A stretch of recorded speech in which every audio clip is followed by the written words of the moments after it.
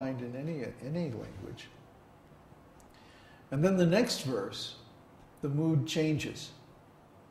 It goes, Bhutatma paramatma cha muktanam paramagatihi avyaya purusha sakshi kshetragyo kshara eva cha. Bhutatma means Lord Krishna is supremely pure.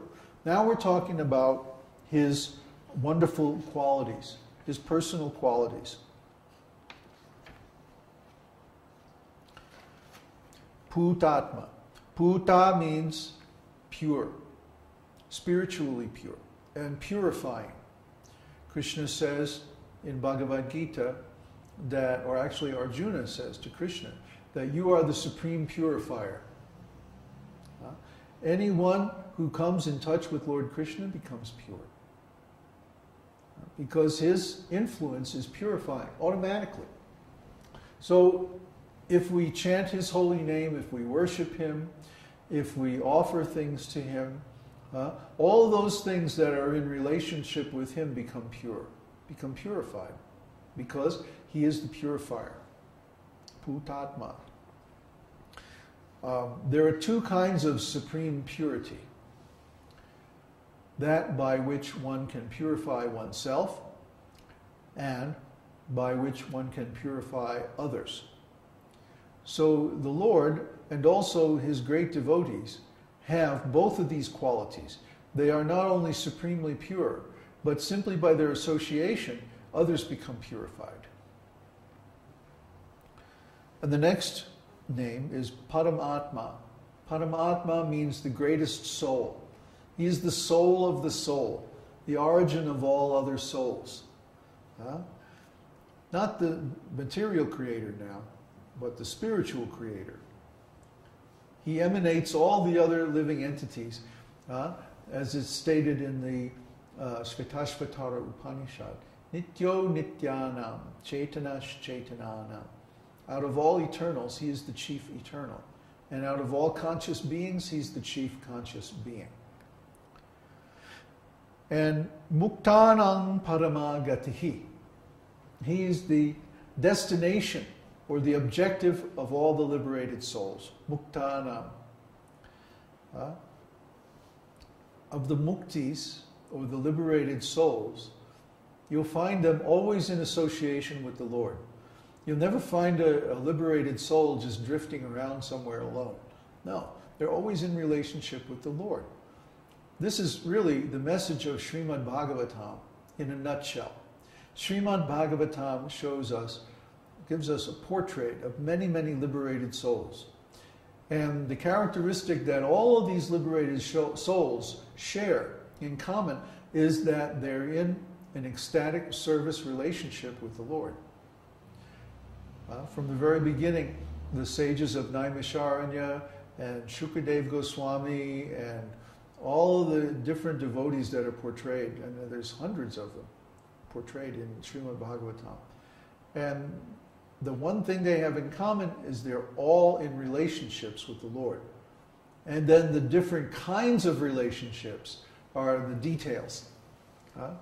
But the main message of Srimad Bhagavatam is you want to be a liberated soul, then you have to cultivate your relationship with the Lord.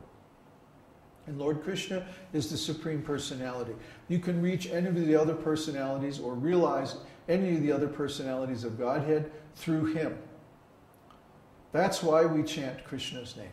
It's not that our conception of liberation or self-realization is limited to having a relationship with Krishna. One can have a relationship with any of his transcendental forms, but we can realize this spiritual position more easily by worshiping Krishna, because Krishna is the source of all those forms. All of the incarnations and forms of Godhead emanate from Krishna. So by worshiping Krishna, we worship all of them. And by realizing Krishna, we can cultivate or realize our relationship with any of his expansions. Avyaya means that he's eternal. Vyaya means to dissipate, or actually to fail, to fall down. Vyaya. So avyaya means he who never falls down. If we worship Krishna, he will never go away. He will never cheat us. He will never abandon us. He's completely infallible. Once we have a relationship with Krishna, that relationship is eternal. It's never disturbed. It can never be disturbed by anything. That's our eternal Lord. And because his worship is infallible, then the mukti, or the liberation we get from that relationship, is also infallible. Purusha means the supreme person. It also means the supreme controller. And Sakshi means the witness. So as the supreme controller, he's in control of everything. And because he is everywhere and within everything, he's also Sakshi, or the witness of everything. So that we can't hide from the Lord. Sometimes people, they want to present one side of their personality or one side of themselves when they're in the temple, or when they're worshiping in the Lord. And then they want to have this other side that they kind of keep private. You know? I've seen this many times. In the beginning of self-realization, we still have the urge to enjoy material sense gratification. So sometimes we'll be worshiping the Lord and we'll be on our best behavior, you know, we'll be really good. And then after that we will go out and we'll do some nonsense. Do we think that he doesn't see this? I mean, this is not realistic.